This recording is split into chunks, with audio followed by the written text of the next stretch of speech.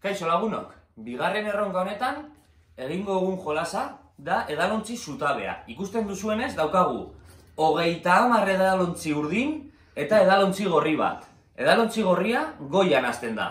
Eta saiatu behar gara minutu batetan, banan edalontziak gora pasaz, ez du balio bi hartzea batera, banan izan behar da derrigorrez, eta minutu batetan saiatu behar gara berriro edalontzi gorria goian egotea.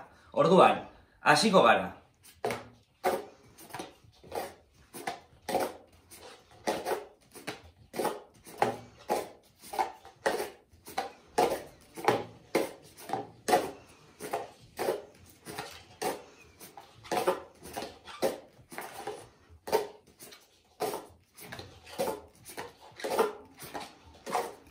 Edalontzi gorria bera joaten doa.